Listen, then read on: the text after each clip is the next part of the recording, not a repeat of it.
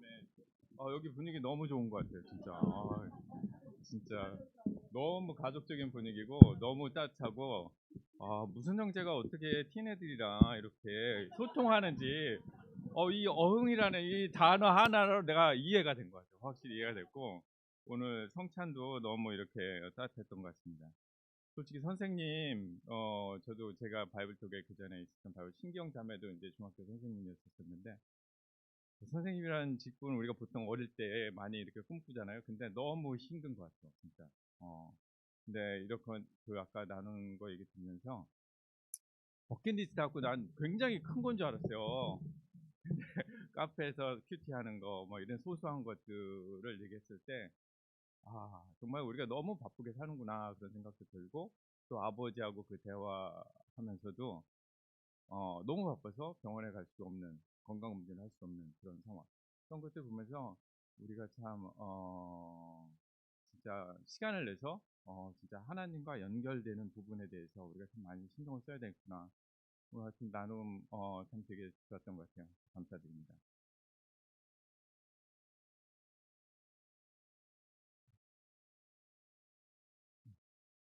오늘 주제는 깨져야 산다. 하나님과의 인격적인 연결을 위해서라는 부제를 좀 달아봤습니다. 어, 제가 바로 본론으로 들어가도록 하겠습니다. 요한복음 17장 21절부터 22절까지입니다. 아버지께서 내 안에 계시고 내가 아버지 안에 있는 것과 같이 그들도 하나가 되어서 우리 안에 있게 하여 주십시오. 그래서 아버지께서 나를 보내셨다는 것을 이 세상이 믿게 하여 주십시오. 나는 아버지께서 내게 주신 영광을 그들에게 주었습니다. 그것은 우리가 하나인 것과 같이 그들도 하나가 되게 하려는 것입니다. 아멘. 많이 봤던 구절이죠. 예수님의 기도하는 장면입니다. 여기서 보면 하나님과 예수님은 예수님과 하나님은 하나라는 것을 얘기를 하고 있죠. 하나이듯이 어 근데 여기서 예수님이 기도하는 게 뭐죠? 그래서 보면은 그들도 하나가 되게 하려고 내가 이 기도를 한다라고 얘기를 하고 있죠. 그러면 하나가 된다는 것은 어떤 걸 얘기하는가? 예수님이 여기서 말하는 하나가 된다. 제가 여기 써놨는데 하나가 된다는 것은 나의 독립적인 주권, 개별성을 완전히 포기하고 내 삶의 모든 영역에서 주님과 밀착하여 그분의 생명이 나를 통해 흘러가게 하는 인격적 일치의 상태. 그러니까 하나님과 내가 연결이 돼서 하나님의 성품이 나를 통해서 내가 이게 통로가 된다라는 얘기죠. 그것이 완전히 인격적인 상태, 이것이 하나가 된다는 얘기입니다. 이 말은 그건 뭐냐면 하나님이 생각하는 목적과 내가 생각하는 목적이 일치한다라는 얘기예요. 하나님의 목적과 예수님의 목적은 일치했죠. 거의 100% 일치를 했습니다. 그러나 여기서 말하는 그들은 누군가? 이 당시의 제자들을 포함해서 지금 여기에 있는 우리들을 가리킨다고 볼 수 있습니다. 그러면 우리는 아직 하나가 되고 있지 않다는 얘기죠. 그러니까 그 당시의 제자들도 하나가 되고 있지 않기 때문에 예수님이 이런 기도를 했다는 것이죠. 그 과정에 있는 것입니다. 오늘 얘기하고자 하는 것은 뭐냐면은 하나가 된다는 것이 도대체 무엇인가? 그리고 하나가 되기 위해서는 무엇을 해야 하는가? 그리고 만약 근데 그 하나가 되지 않았을 때는 어떤 현상이 벌어지는가? 그리고 또 하나는 정말로 하나가 되고 싶은가? 이 부분입니다. 여러분은 왜 제자의 삶을 살려고 하는 겁니까? 지금 상당히 오랜 시간 동안 우리는 달리고 있죠. 한번 좀 이런 질문을 할 필요가 있어요. 자기 스스로 나는 왜 제자의 삶을 지금까지 하고 있는가? 또 계속 해 나가려고 하는가? 이건 굉장히 중요한 질문입니다. 혹시 주님의 생명을 누리기보다는 단순히 내가 구원을 받았기 때문에 의무적인 삶을 살고 있지는 않은가? 이것 또한 우리가 좀 생각을 해봐야 됩니다. 어떨 때는 아무 생각 없이 그냥 지난주에도 예배를 받고 이번 주에도 예배를 받고 그 다음 주에도 이런 식으로 계속 굴러갈 수 있다는 얘기죠. 우리는 우리의 삶의 목적, 동기 등을 정확하게 잘 살펴봐야 됩니다. 근데 만약 우리가 그런 것들을 살피지 않는다면 우리가 어려움이 닥칠 수 있죠. 어려움이 닥치면 금방 내가 이것을 살 것인지 말 것인지를 이제 고민하게 되는 그 유혹의 순간이 오게 됩니다. 한번 상상을 해보십시오. 하나님이 처음 사람을 만들었습니다. 어땠죠? 하나님이 처음 사람을 만들고 굉장히 기뻐했다고 그랬죠. 다른 많은 만물을 만든 것보다도 사람을 만들고 나서 굉장히 기뻐했다고 얘기를 합니다. 그리고 하나님과 그 사람은 대화하고 산책하고 동행하는 삶을 살았어요. 그리고 하나님도 그 삶이 하나님도 기뻤고 또 사람도 굉장히 기뻐했습니다. 그런데 죄가 들어왔죠. 죄가 들어오고 나서 하나님과의 동행이 깨지기 시작했습니다. 깨진 다음에 하나님은 다시 그것을 원상복구하기 위해서 계획을 세웠어요.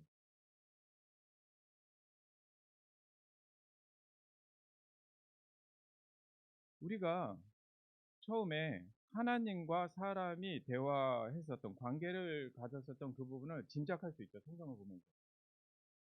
그리고 그때의 어떤 그런데 그때의 그 기분, 그 평안, 그 기쁨 이런 것들은 우리가 경험해 보지 못했죠. 그냥 성경을 통해서 아는 것뿐이죠. 이거는 마치 뭐냐면은 해외 수많은 맛있는 음식들이 있죠. 이거를 이렇게 화면에 띄워놓고 보는 것 같은 거예요. 그러니까 맛있을 것 같은데 그 향이나 그 맛이나 그것을 느낄 수 없는 거죠. 그냥 상상만 할 뿐이죠. 또 우리는 뭐 어떤 뭐 바닷가에 그런 진짜 그 지상강원 같은 그런데 휴양지 보면은 너무 좋다라고 유튜브로 보게 되죠.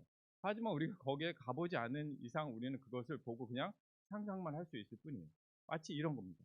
진짜 하나님과 사람이 같이 동행한다고 그리고 같이 대화도 하고 같이 기쁘고 같이 자유롭고 그거를 우리는 그냥 상상만 할 수 있는 거예요. 우리가 경험을 해보지 못한 거죠. 나는 제자로 살면서 한 가지 하고 싶은 게 있어요. 그건 뭐냐면 하나님 말하는 그 평안이라는 것이 도대체 무엇인가? 성경에는 그 평안을 주고 쉼을 주고 되게 많은 걸 얘기하는데 난 그걸 글자로만 보는 것 같아요. 어. 그래서 나는 그게 무엇인지 정말 알고 싶고 또 누리고 싶어요. 우리 제자들 그렇지 않나요? 그냥 이게 교과서적으로 이렇게 뭐 암기 과목 우리 암기 과목 아니잖아요. 성경이. 진짜 그거를 내가 느끼고 싶어. 그걸 만약 느끼면은 그 기분이 어떤가 분명히 다를 것 같다는 생각이 듭니다. 근데 나는 왜 그 평안을 왜 못 누리지? 그러니까 인생을 한번 생각을 해봤어요. 우리 세상에 우리가 사는 삶. 저는 너무 피곤한 것 같아요. 인생. 우리가 사는 삶은 잠깐의 휴식이 있고 그리고 긴 노동이 있어요. 그리고 일과 뭐 사람과의 관계에서 오는 그 스트레스 관계가 한 70% 이상 차지하는 것 같아요. 그래서 잠깐 쉬고 잠깐 휴가 가고 뭐 잠깐 기쁘고 근데 너무 피곤하다는 생각이 좀 들었습니다. 근데 요한복음 17장 21절에는 예수님의 간절한 마음이 담겨 있어요. 그 마음은 예수님과 우리가 하나가 되기를 원한다 라고 얘기하는 거죠. 예수님과 하나님은 하나였죠. 예수님은 이 당시에 사람이었었어요. 사람이었었는데 하나가 될 수 있었거든요. 그 말은 우리 역시도 하나가 될 수 있다는 얘기죠.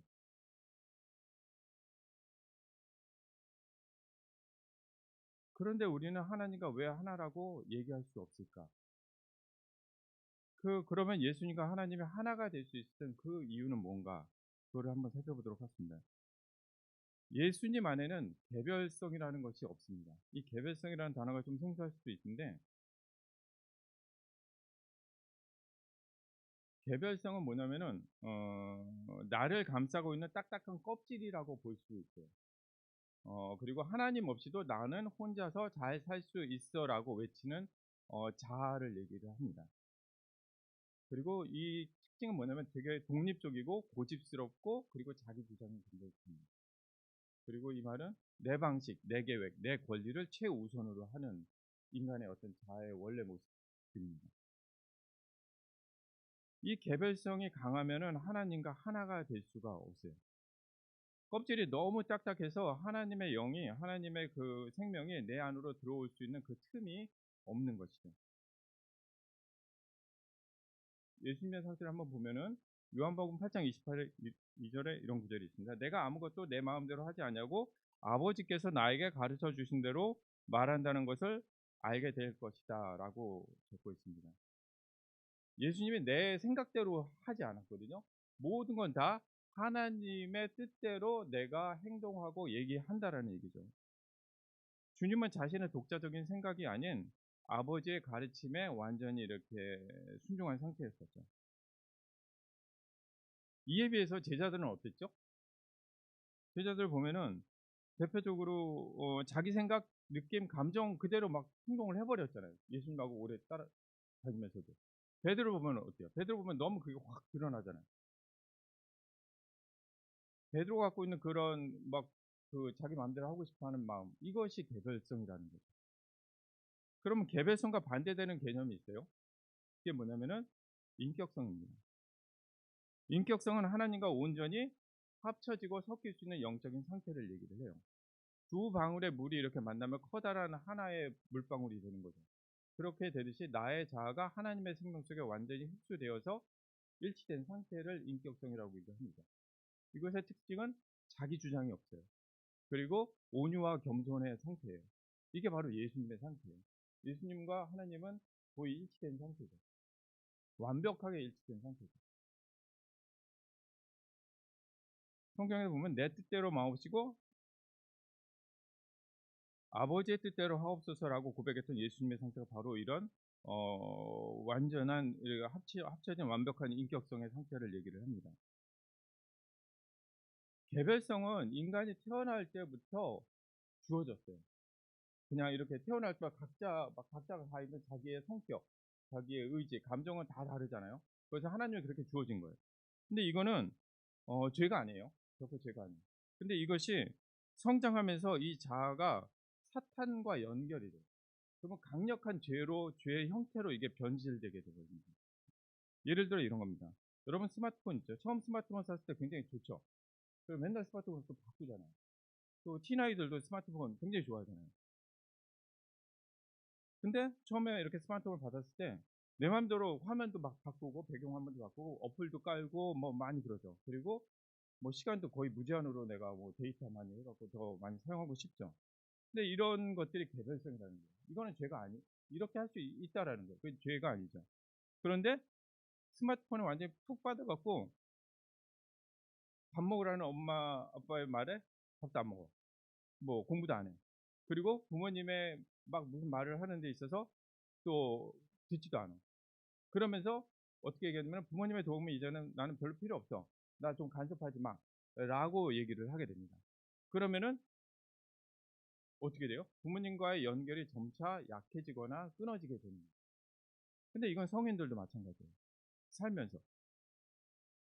살면서 내 인생은 나의 것이라고 얘기를 해요. 이, 이 부분은 내가 용납할 수 있어. 근데 이 부분은 좀 차치하지 마세요. 이 부분은 내가 좀 쉬고 싶으니까 나 이렇게 냅두세요. 라고 하는 그 선이 있어요. 그러면서 우리는 계속 하나님의 그 연결됨을 우리가 이렇게 커트를 합니다. 그건 뭐냐면은, 그렇게 하다 보면 어떻게 되냐면은, 하나님과의 그 연결이 약해지거나 이제 단절되게 될 수밖에 없죠. 이게 바로 사탄이 가진 영향입니다. 원래 그런 성품이 있었고, 거기에 이제 여러 것들이 그 사탄의 그런 것들이 가세해서 결국은 가장 큰 목적, 하나님과 우리들의 사이를 완전히 끊어버리는 것이죠. 그럼 개별성과 인격성의 관계를 좀 더 보도록 하겠습니다. 창세기 21장 9절 10절에 이런 구절이 있습니다. 여러분들 많이 봤던 구절인데, 그런데 사라가 보니 이집트 여인 하갈과 아브라함 사이에서 태어난 아들이 이삭을 놀리고 있었다. 사라가 아브라함에게 말하였다. 저 여종과 그 아들을 내보내십시오. 저 여종의 아들은 나의 아들 이삭과 유산을 나누어 가질 수 없습니다. 아멘. 하나님은 아브라함에게 아들이 있을 거라고 얘기를 했죠. 근데 실은 그 시간 얘기한 뒤로부터 한 10여 년 동안 아들이 생기지 않았어요. 그러자 아내 사라가 이제 꾀를 내기 시작했죠. 꾀를 내서 내가 여종을 아브라함과 동침을 시킵니다. 그래서 태어난 사람이 누구죠? 이스마엘이죠. 이스마엘이 태어났어요. 근데 이 성경은 이 이스마엘은 육에서 태어난 사람이고 이삭은 영에서 태어난 사람이라고 얘기를 합니다. 바울은 갈라디아에서 이런 얘기를 해요. 4장 23장 29절입니다. 여종에게서 난 아들은 육신을 따라 태어나고 본처에게서 난 아들은 약속을 따라 태어났습니다. 그러나 그때 육신을 따라 난 사람이 성령을 따라 난 사람을 박해한 것과 같이 지금도 그러합니다. 아까 창세기에 보면은 어 이스마엘이 이삭을 놀리고 조롱하고 방해한다라는 표현이 있었어요. 여기 갈라디아서 4장 29절에는 성령 육에서 태어난 사람이 성령으로 태어난 사람을 조롱하고 박해한다라고 표현을 하는 거죠. 박해하는 거. 똑같은 얘기죠. 이스마엘은 인간의 꾀를 통해서 인간의 그 어떤 얄팍한 그 수를 통해서 태어난 존재이죠. 인간의 생각, 의지를 통해서. 근데 마치 이런 거예요. 하나님의 일을 내가 도와준답시고 내가 나의 방법대로 하나님 일을 해버리게 되는 거죠. 이스마엘은 개별성의 산물이에요.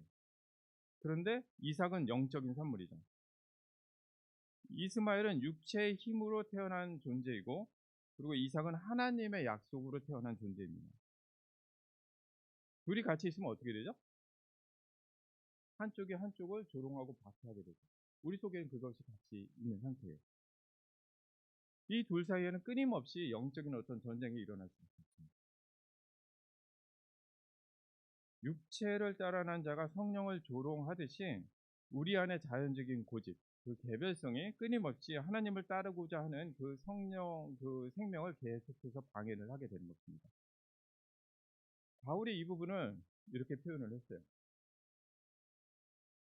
로마서 7장 19절부터 24절입니다.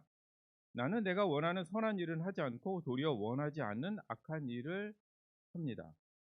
나는 비참한 사람입니다. 누가 이 죽음의 몸에서 나를 건져주시겠습니까? 이 구절 보면은 원하는 일이 따로 있죠. 근데 원하지 않는 것도 있다라는 거예요. 이 속에서 계속 이것 때문에 갈등을 하는 거예요. 바울 역시 이 개별성과 인격성의 속에서 굉장히 계속 다투는 삶을 살았던 거죠. 그것을 토로하는 거죠. 이럴 때 우리 속에는 개별성과 인격성이 같이 존재를 하게 됩니다. 근데 하나님이 뭐라 그랬죠? 하나님이 아브라함에게 하갈과 이스마엘을 내쫓으라고 얘기를 했어요. 이는 우리 속에서 자연적인 것 이스마엘을 내쫓고 이삭을 네가 선택하라는 얘기예요. 근데 만약 우리가 내 속에 있는 이스마엘을 내쫓지 않으면 어떤 현상이 벌어질까? 그러면 세월이 흐를수록 그 사람은 거룩해지기보다는 자기 고집이 센 종교인이 될 수 있어요. 그것이 혼재를 하게 됩니다. 세상에는 이런 사람들이 굉장히 많이 있어요. 어떻게 그 부분을 내쫓는지 그 부분을 한번 보도록 합시다. 창세기 21장 11절 14절입니다. 그러나 아브라함은 그 아들도 자기 아들이므로 이 일로 마음이 몹시 괴로웠다. 다음 날 아침 일찍 아브라함은 먹거리 얼마와 물 한 가죽 부대를 가져다가 하갈에게 주었다. 그는 먹거리와 마실 물을 하갈의 어깨에 메워주고서 그를 아이와 함께 내보냈다. 하갈은 길을 나서서 부에세바 빈들에서 정처 없이 헤매고 다녔다. 아멘. 여기 보면은 아브라함의 마음이 몹시 괴로웠다라고 얘기를 하죠. 괴롭겠죠, 당연히. 하갈의 아들은 아닐 수 있어도 아니. 그 사라의 아들은 아닐 수 있어도 아브라함의 아들이잖아요. 그 아들을 내쫓아야 되는 상황에 이르게 됩니다. 근데 하나님은 내쫓으라고 얘기를 했어요. 왜요? 내쫓지 않으면 이스마엘은 계속해서 이삭을 괴롭히고 조롱하고 방해할 수 있기 때문입니다. 근데 아브라함이 결정을 해야 돼요. 내쫓을 것인지 말 것인지. 그 과정은 굉장히 어려운 과정입니다. 14절에 보면은 이런 구절이 있습니다. 아침 일찍 일어났다 그랬죠. 아브라함이. 이건 뭐냐면 아브라함이 하나님의 말씀에 즉각적으로 순종했다라는 거예요. 그는 자연적인 삶을 훈련하는 데 있어서 굉장히 빨리 결정을 내렸어요. 내가 이거 질질 끌지 않았어요. 그리고 또 뭐랬냐면은 하갈과 그 이스마엘에게 준 게 물과 떡 어느 정도였거든요. 그렇게 많은 걸 주지 않았어요. 이 당시에 아브라함은 굉장히 부자였었어요. 노비들도 좀 더 보내줄 수 있고 더 뭐 이렇게 크게 이렇게 할 수 있었는데 딱 그만큼만 해서 내보낸 거예요. 사막으로. 이거는 뭐냐면은 어, 아브라함이 하나님을 전적으로 신뢰하고 이제 당신의 명령대로 했으니까 당신이 이제 책임지십시오라는 얘기죠. 결국은 그 내쫓긴 하갈과 이스마엘은 하나님의 돌보십니다. 근데 그걸 믿고 아브라함은 그렇게 결정을 한 거죠. 이것이 바로 육체를 따라난 자를 이렇게 분리해 나가는 과정이에요. 우리 안에 영적인 인격성이 있는데 그것이 이렇게 자라나는 것은 결코 쉬운 일이 아니에요. 결정을 해서 계속 그걸 잘라 나가는 과정이죠. 예수님의 삶은 온유와 순종의 삶이었죠. 온유와 겸손, 순종 이런 것들 우리가 너무 얻고 싶죠. 기도하잖아요. 내가 온유할 수 있게 해서 순종하고 겸손할 수 있게 해서. 이게 갑자기 기도한다고 해서 갑자기 하늘에서 뚝 떨어져 갖고 다음 날 내가 갑자기 그렇게 될 수 있나요? 그렇게 될 수 없어요. 이거는 뭐냐면은 기도만 한다고 해서 하나님이 그것을 주는 것이 아니라 계속적으로 훈련하는 이스마엘을 내 속에서 쫓아내는 삶이 계속 돼야지 이와 같은 성품이 쌓여진다는 거죠. 예수님은 결코 자기의 독자적이나 그리고 자신의 의지로 이렇게 했던 적이 없었습니다. 오직 하나님에게 순종했을 때만이 이와 같은 성품을 얻을 수 있게 된 거죠.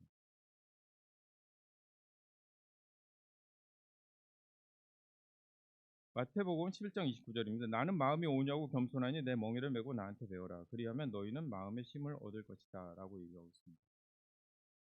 여러분 멍에 대해서 잘 알잖아요. 이 말도 굉장히 많이 봤잖아요.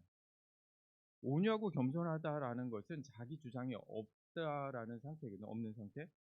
그러니까 하나님과 하나였기 때문에 예수님의 자신의 독자적인 어떤 그 주장이나 의지 이런 것들이 없었던 거죠. 이게 성경에 보면은 멍에를 메고라는 말이 있어요. 이 멍에를 맨다라는 거 여러분 잘 아시겠지만 유대 사회에서 보통 두 마리의 소를 같이 일을 시킬 때 멍에를 이렇게 매요. 근데 그래서 한 방향으로 이렇게 갈 수 있도록. 그런데 두 멍에 중에서 한쪽에 예수님이 계시는 거예요. 그 두 마리의 소 중에서 한 마리가 예수님이라는 거예요. 내가 이렇게 멍에를 이렇게 맸어요, 예수님이. 그리고서 그 나머지 빈 멍에 네가 와서 들어와서 멍에를 매라는 거죠. 저는 옛날에 이거를 그러니까 예수님은 그 옆에 있고 멍에 둘이 있어. 둘이 이렇게 해서 메고 하라는 식으로 생각을 했었어요. 거기 안에 예수님이 멍에 안에 예수님도 멍에를 맬 필요가 없었는데 예수님이 멍에를 매신 거예요. 왜? 나를 위해서. 그 빈자리를 하나 만들어 놓으신 거죠. 예수님과 같이 멍에를 맸다고 생각을 해봅시다. 그러면은 여러분은 어떻게 되겠어요? 내 마음대로 가고 싶은 대로 갈 수가 없게 되겠어요. 그리고 더 빨리 갈 수도 없고 더 느리게 갈 수도 없고 또 항상 예수님 가고자 하는 방향대로 갈 수밖에 없는 것입니다. 이게 바로 배우는 것입니다. 내 생각대로 우리는 하고 싶은 마음이 마음속에 가득 차 있어요. 제자로 살면서도 항상 내 속에 하고 싶은 것들이 있고 그대로 하고 싶은 마음이 있죠. 나 혼자만 멍에를 맨다고 생각을 하면 두 마리가 아니라 나 혼자만 멍에를 맨다고 생각을 하면은 결국은 내가 가고 싶은 대로 가게 되겠죠. 이것도 해보고 저것도 해보고. 그럼 나중에 어떻게 되죠? 엉망이 되겠죠. 근데 예수님이 같이 멍에를 매 주시겠다고 얘기를 하는 겁니다. 같이 이렇게 멍에를 메었을 때 개별성이 그제서 이제 부서지게 되는 것이죠. 시간이 지나면 지날수록 하나님과 인격적으로 연결되는 삶을 살 수 있게 되는 것입니다. 우리는 피곤하거나 내 감정이 앞설 수 있죠. 충분히. 이게 굉장히 자연스러운 것이에요. 이때 주님의 먹연을 내가 기억하고 주님의 방식을 선택하겠다고 결정을 해야 돼요. 이것이 배우는 과정이죠. 또 마지막에 이렇게 했을 때 어떻게 된다고 그랬죠? 너희는 마음의 쉼을 얻을 것이다 라고 얘기를 하고 있습니다. 이거 거꾸로 얘기해 봅시다. 쉼을 얻지 못하는 상태는 왜 그런가? 쉼을 얻고 싶은데 쉼을 얻지 못해, 삶을. 그거는 뭐냐면은 내 안에 개별성과 인격이 계속해서 다투기 때문에 쉼을 얻지 못한다는 거예요. 완전히 한쪽 방향이 아니고 두 개가 계속 싸우기 때문에 우리는 계속 갈등하고 스트레스 받게 되는 거죠. 우리가 많이 봤던 구절입니다. 마태복음 16장 24절에 누구든지 나를 따라오려거든 자기를 부인하고 자기 십자가를 지고 나를 따를 것이다 라고 얘기를 하고 있습니다.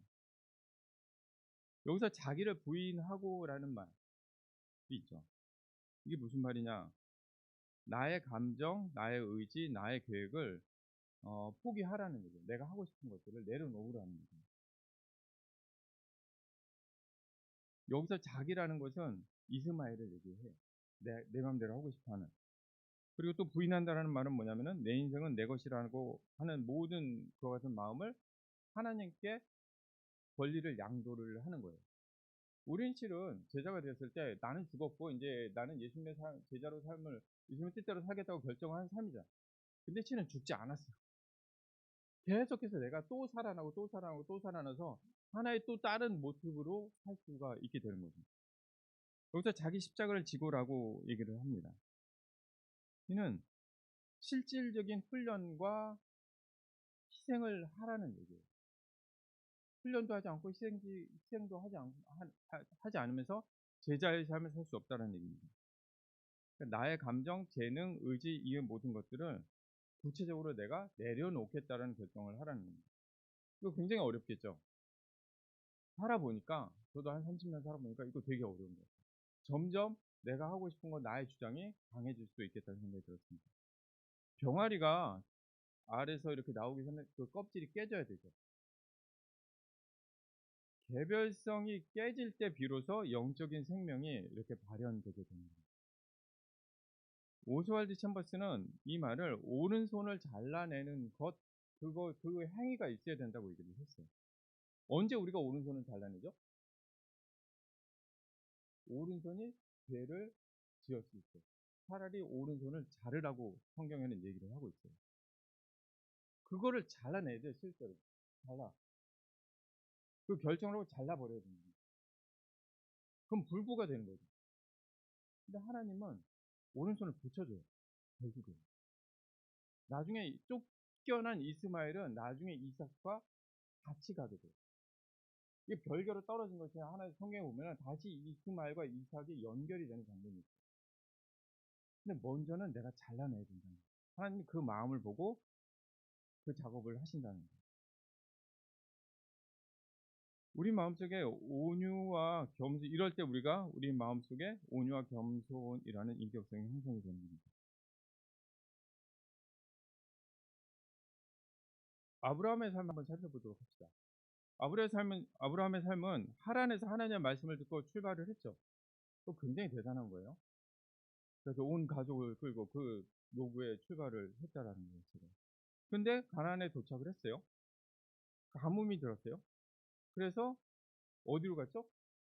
이집트로 내려가 버렸어요. 가뭄을 피하기 위해서 애굽으로 내려갔어요. 애굽에서 내려가고 뭘 했죠? 자기 아내가 사례가 너무 예쁘니까 자기 죽을 것 같으니까 여동생이라고 해라 라고 얘기를 했죠. 그래서 결국은 하나님의 개입으로 인해서 다시 가나안으로 돌아오게 되는데, 그때 그 이방 왕한테 굉장히 부끄러움을 당하게 되죠. 근데 아브라함 삶에서 이것이 반복이 돼요. 또 한 번 여동생을, 아니, 아내를 또 여동생이라고 또 하는 장면이 또 나와요. 그리고 또 하나, 또 결정적으로 어떤 그것이 있냐면은 이삭을 주겠다고 했는데 그걸 기다리지 못하고 여정을 통해서 아들을 이렇게 만들어내는 작업을 하게 되는 거죠.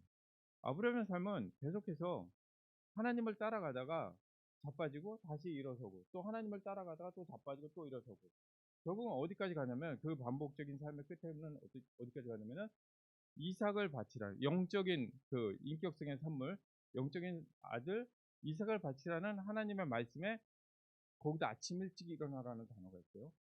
바치게 돼요.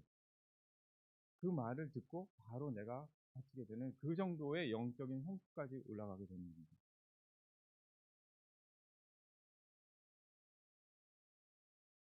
근데 이와 같은 패턴은 성경에 우리가 닮고 싶어하는 모든 인물에게 공통적으로 있어요. 모세도 그와 같은 삶을 살았고, 다윗도 그랬고, 바울도 그랬고, 베드로도 그랬고, 그 모든 과정을 통해서 결국은 하나님이 쓰실 수 있는 상태가 되는 거죠. 우리도 마찬가지예요.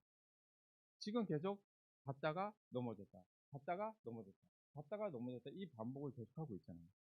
이런 걸 통해서 결국은 우리가 하나님이 쓰실 수 있는 상태까지 올라간다는 얘기입니다. 이 과정은 평생에 걸쳐서 이루어지는 작업이에요. 이게 바로 성화의 과정입니다. 마지막 구절입니다. 아까 봤던 구절이죠. 수고하고 하며 무거운 짐을 진 사람은 모두 내게로 오너라. 내가 너희를 쉬게 하겠다. 나는 마음이 온유하고 겸손하니 내 멍에를 메고 나한테 배워라. 그리하면 너희는 마음의 쉼을 얻을 것이다. 내 멍에는 편하고 내 짐은 가볍다. 예수님이 우리한테 주고자 하는 게 뭐죠? 여기서 쉼이죠. 예수님 정말 이거 주고 싶어요. 여러분 자식들한테 뭘 주고 싶어요? 돈이나 뭐 이런 거 아니잖아요. 돈을 주고 싶을 수도 있지만서도 돈이 많으면은 뭐 자식은 그걸 뭐 바랄 수도 있겠죠. 근데 쉼 아니겠어요? 평안. 그렇게 살기를. 마찬가지야. 하나님이 우리에게 열심히 일해서 너 부자 되라. 이거 아니고 네 마음속에 평안과 이 70, 80, 90 요 인생 속에서 그걸 주고 싶어요. 우리가 얻고 싶은 내가 얻고 싶은 그런 거예요. 평안과 쉼. 이거 얻고 싶어요. 근데 왜 우리는 쉼을 얻지 못하는가? 왜 우리는 계속 무거운 짐을 지고 사는가? 이거는 우리 속에 아직 깨어지지 않은 많은 개별성이 있기 때문이죠. 저를 포함해서 우리는 모두 아직도 깨져야 할 그 개별성들이 굉장히 많이 있습니다. 그런데 다행인 것은 이 영적인 생명을 얻기 위해서 우리가 무엇을 해야 되는지를 안다라는 거예요. 이거를 알 때 내가 하나씩 깨면서 앞으로 나갈 수 있다는 겁니다. 제자의 삶은 계속해서 자신의 개별성을 부서뜨리면서 사는 삶임을 우리가 기억할 필요가 있습니다. 이렇게 긴 시간이 지나고 나면은 우리는 예수님과 같은 멍에를 지고 가는 자신의 모습을 볼 수 있을 거라고 생각을 합니다. 아멘. 마지막으로 동영상 하나 1분 30초짜리인데 한번 보도록 할게요.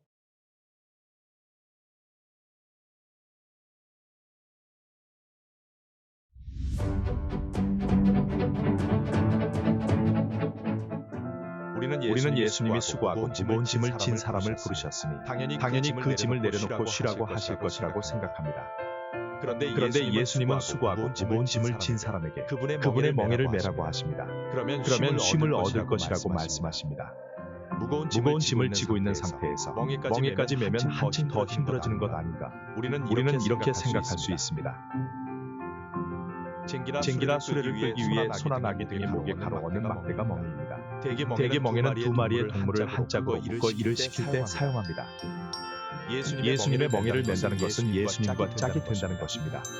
예수님의 멍에를 매면 혼자 끌던 수레를 예수님과 함께 끌게 됩니다. 혼자 갈던 밭을 예수님과 함께 갈게 됩니다. 혼자 치던 짐을 예수님과 함께 지게 됩니다. 그분은 힘이 세십니다. 그분은 전능하신 하나님입니다. 우리는 그저 그분의 멍에를 메고 그분이 하라는 대로 하면서 따라가기만 하면 됩니다. 여전히 수고하고 무거운 짐을 지고 살지만 그 삶이 고통스럽거나 괴롭지 않습니다. 가볍고 즐겁고 신이 납니다. 이 삶의 비밀을 예수님은 내 멍에는 쉽고 내 짐은 가볍다고 설명해 주셨습니다.